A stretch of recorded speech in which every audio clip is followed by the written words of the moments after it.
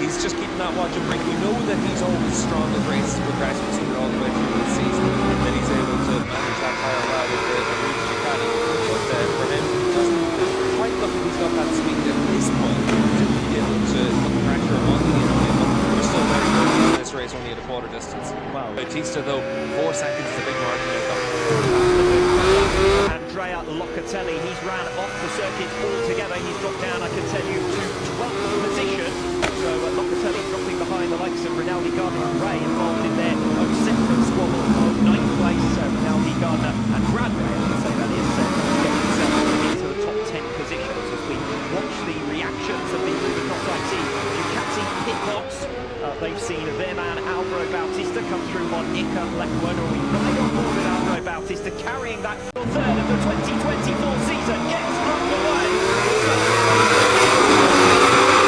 We abreast in towards the tight turn one. Petrucci's already made a position as well. Not relegated to 4th place. That is a good jump from Andrea Iannone. He's up into 3rd. Honours even at the head of the field. He thinks about a jab down the inside. It's left him slightly offline though. Alex Lowe's now has the momentum to capitalise. Can't quite pull alongside. Tight, twisty infield section all the way from turns 1 to 6. Now the circuit starts.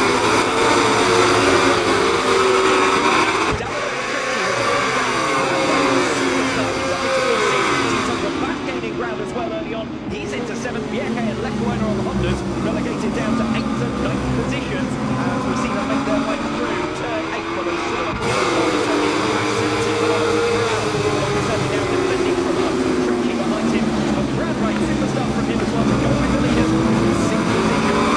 great start from Brad Ray, but at the front of the field, Bulliga able to convert his pole position. Someone's gone down there.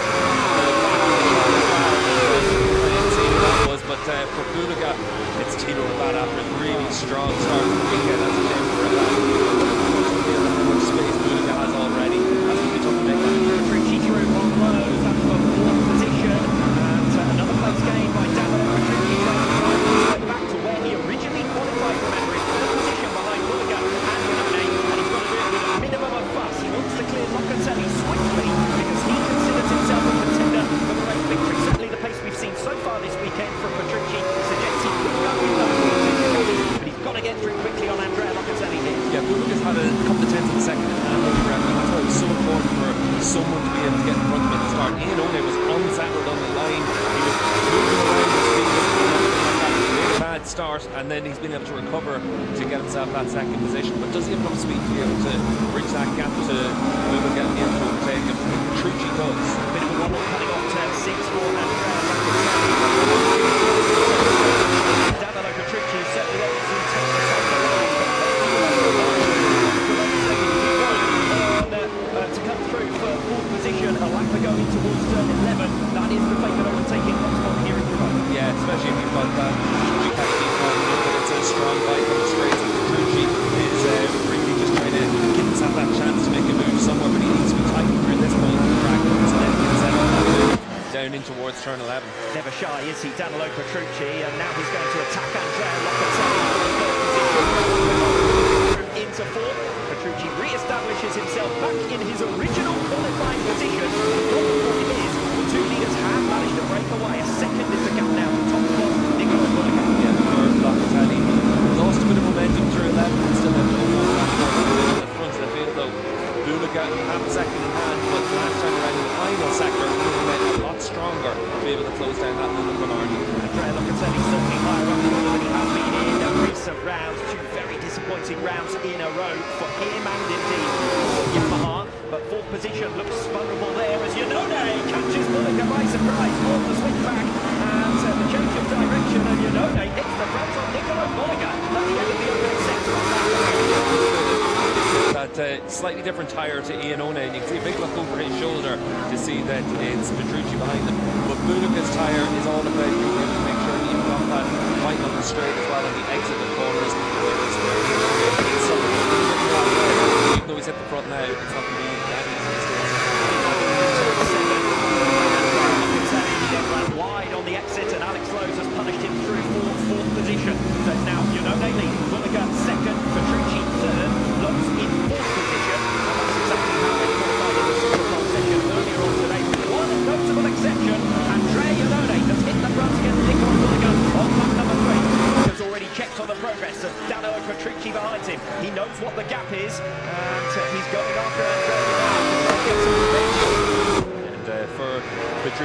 good job to be able to make sure that on this lap he was closed up by well over half a second on the race leaders as well. So Petrucci with a lot of speed at this stage. Yes, that lost ground from having to get through on two riders after his three-way group penalty ahead of this race has certainly worked out well enough for Petrucci. We see Alvaro Bautista trying to go around the outside of Garrett Gerloff at the end of the 400-meter straight in towards turn one. Bautista strapping in with a 12th position. Just for Gerloff as well, he's on the zero tyre as well, much harder than everyone else. So he's playing the long game in this one, but for Alvaro Bautista, he's not good enough because the fifth road grid Vandermark's already up into the top 10. Not an easy place to pass. Bautista's carrying a rib injury. He had a poor Superbike session. The second half of the race, though, is where we tend to see Bautista begin to make his progress. Yeah, Locatelli's been cleared by Lowe's, and he's able to bring his pace right up to the Ducatis in front as well. So good couple of laps there. Lap forward now, less than a second. Monica, Petrucci on the mark. Petrucci with the inside line towards the turn, the Cremona turn, on towards the back straight. An opportunity for him to go after Iannone here. Monica might have been looking over his shoulder to see where Petrucci was coming. Now he can see the exhaust pipe of that Barney Ducati, and Petrucci is still hunting down Andrea Iannone ahead in towards turn 11. Not quite close enough on lap number 4, but Petrucci climbing up through the order, having started in 6th. Into 11 there for Bullock that we're right on board with, and those look behind as well, so that's going to give him a bit of hope. Gathering up quite quickly, turns 12 and 13 in that sense as far as Bullock was concerned. He's 6 tenths of a second down on Iannone at the start of number 5, 9 tenths of a second now between your lead quartet. Two independent riders willing to become third-time winners going head-to-head in our first race at the Cremona Circuit. Yeah, two MotoGP winners trying to make it where they're able to add a Superbike win to their tally as well. And Petrucci's got a much faster bike than Iannone in certain areas of the racetrack, but we've seen it all the way through this race, whether it's in Locatelli or anyone else on the Ducati that into turn 8 is very strong. So let's see if he tries to make a move there. He wanted a lonely race at the front, he wanted to disappear off into the distance, but he's been unable to do so. Passed by Iannone, passed by Petrucci, and now Petrucci leads on the Cremona Circuit. Yeah, Petrucci rolls so well through turn 1 and turn 7. That's what sets him up. He's got a lot of confidence there in that bike right now, and the weight he puts on the front at different times. He's already opened up 10 bike lengths here in Iannone. Iannone doesn't have the pace. Danilo Petrucci in vaulting on lap number 5, breaking away from Andrea Iannone.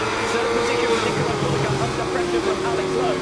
Lowe looks to have the pace advantage on both Bullock and Iannone at this stage. The problem for him is trying to make a pass on a Ducati at the end of that long back straight. Yeah, I think it's about trying to see if you can carry your speed through this section to then take that something turn 1 but into turn 2. Lowe's is good through turn 1.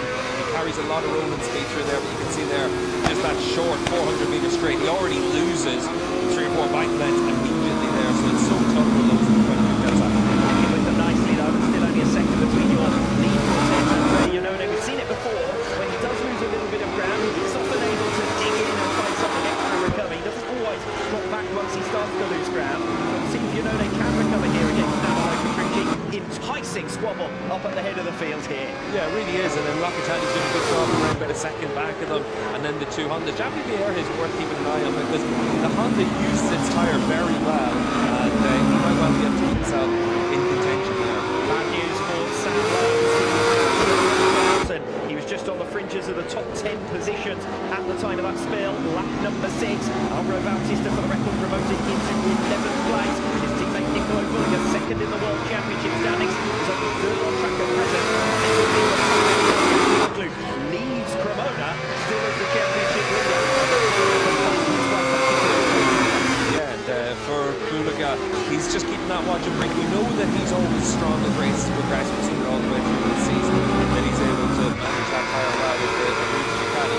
But for him, he doesn't quite look like he's got that speed at this point to be able to put the pressure on the Iannone, but we're still very good in this race, only at a quarter distance. Well, looking good for the fans at this Cremona Circuit for the moment as they watch from the compact layout at this venue. And it's an all-Italian podium as things stand. Petrucci, Iannone and Bullock. Alex Lowe just beginning to fade slightly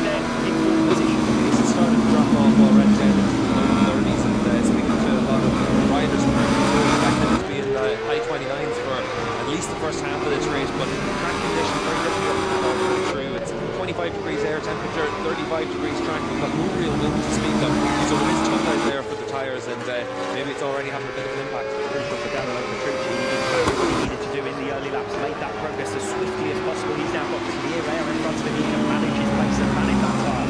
Yeah, and the big thing is once you've got that clear air in front of you, you also have the hot air coming over and so he's able to control things at the front, but still very early into this race. Watching Alvaro Bautista here down in 10th position.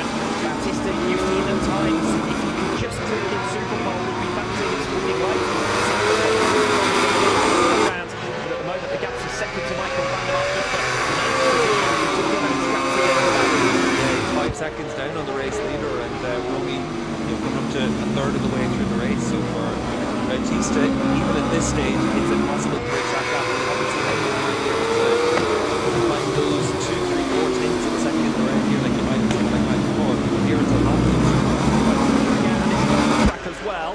Yeke versus Lecuona for 6th position at the moment. This is where the Hondas have been, frankly, after the last round. See them validate that progress. Obviously, a few of their regular rivals out of contention, the likes of Egerton, Ray and Razgatlıoğlu, probably with all due respect, given them a few places both in France last time out and here this weekend. But nonetheless, 6th and 7th, Yeke and Lecuona running well at the moment. Yeah, it's good to see from Honda. It's really important to be able to see it from Honda as well, that they're able to try and show that Maggie for the progress there really is able to carry forward into another racetrack. Let's have another go back at Nico Bulliger there. Got very close to him in towards turn 7. At that stage was less than a tenth of a second between the two of them, but defending that place successfully, Nico Bulliger, he holds on in 3rd place. So at the moment the race beginning to settle down. Petrucci, half a second ahead of Iannone, 3 tenths back from him is Alex Lowe. Then a big gap of 1.5 seconds to Andrea Iannone. The squabbling Hondas in 6th and 7th places, Yeke and Lecuona. Bassani behind them running pretty well, you have to say, in 8th position. Bautista actually starting to gain now on a few of the rounds in front of him. Try and chase down 5th position. I'd say that's probably the best possible outcome at this stage. Yeah, top 5 is still very much in play for him, with Locatelli, Bassani, but we still have to make moves for Bautista. I think we were left with a 23-lap time trial. He'd be a lot faster than a lot of these riders, but you've got to come through when you qualify down the field. Another 4 tenths on Van der Poel last time around. That gap just 6 tenths in the second round. The Dutchman, both race winners in 2024, of course. And Mark the race 1 winner last time out. Now the race round out. He's waiting for a bit far too long by his standards. His race winning time in country for this season. Back to your leaders, Petrucci, Iannone, Bulliger and Lowe. There's the gap. Locatelli, Yeke and Lecuona. Yeah, Lowe's just matching the pace of the race leader Petrucci, but Buda get a little bit faster than Petrucci. That's why let's say it's closed up a little bit. That's Iannone from 2nd position. The best opportunity he's yet had to win a race in WorldSBK, and he's rolled it into the gravel track. Yeah, and Iannone there with that crash on the development tyre as well. That's on that right-hand side where that tyre has been wearing for a lot of riders, so maybe that's a already in this race. We'll keep an eye on the replay to see what happened to Iannone, and he just loses it very early into the corner there. Typically what we've seen in the turn 7 riders have just took the front through there and had their crash. You can see for as we watch this on, you can see that Iannone is just going to have the front fold, and that's it. And Lecuona had a crash there in the Super Bowl session. Racing then, who's coming under pressure from Xavi Yeke, but this is now a head-to-head for that 3rd place between Lecuona and Bautista. Yeah, Bautista is so much faster than anyone else out there, but it's not brand new whenever you've got 8 laps to go and you've got 6 seconds to make up on the race leaders, but he's so much faster than new personal best last time around, half a second faster than Tino Bulliger, but it's all from And the problem for Bautista is he's obviously not comfortable on a full fuel load. He's not comfortable in early laps on a stint, but later on in the races he looks like the world champion that he was last season. Couldn't pick it up over a single lap in Superbike earlier on. The early laps of this race he was languishing outside of the top 10. We've seen the real Bautista in the second half of this race, but it does look as though this is the ceiling. Lecuona versus Bautista. This is the 3rd place. Yeah, and for Lecuona, he's done a really good job in this race. Had the crash in the Super Pole session, was still able to recover from that qualifying from the top 3 rows of the grid. But now in this race, in those top 3 positions, third of the race to go, there's no way he's going to be able to hold off Bautista. Bautista's just got too much speed compared to the other riders in this group. Bidding to make it an all Ducati podium in our first race at the Cremona Circuit. Chases down Iker Lecuona. It's Honda past versus present. Lecuona, the current Cremona leader, Andrea Bautista, their former podium finisher with Honda as well, but just breezes through Lecuona once again down the back straight. Bautista making that pass look pretty straightforward, and it has been pretty straightforward for Bautista to climb as high as that. Yeah, and he's 4 tenths of a second faster than the riders in front of him as well in this lap already before we get into the final sector. He made that move that costed himself many times, so we'll see what his lap time is. He comes across line. It's another half second quicker than his teammate Nicola Bulega. Right down to 5 seconds, so it needs to be even more than that for Bautista, but it just gives an indication of his speed. You order in the top 5. Yerke, Locatelli, Bassani, Vandermark. So that's your top 8. Bautista 5 seconds now down on Nicola Bulega. Theoretically, still be an opportunity maybe to chase down his teammate, but that is a pretty sizable head start to have given to Nicola Bulega. Yeah, 8 tenths of a second faster for that Bulega to close up that margin, but Bulega's really eased off. You can see here for Petrucci, he's got that full second, 2 seconds in hand for Nicola Bulega in second spot. Well, I'm sure the pit board will be telling Danilo Petrucci his margin, a margin of error of some 2 seconds now to Nicola Bulega in second place. They'll want to bring this one safely home. Home round, of course, for Bali Ducati, and Danilo Petrucci, your current race leader, in second place, and Alvaro Bautista at present in third, but closing fast on his teammate. We'll see what the gap looks like to second place as we make our way in. Coming in by the looks of things to retire on lap number 17.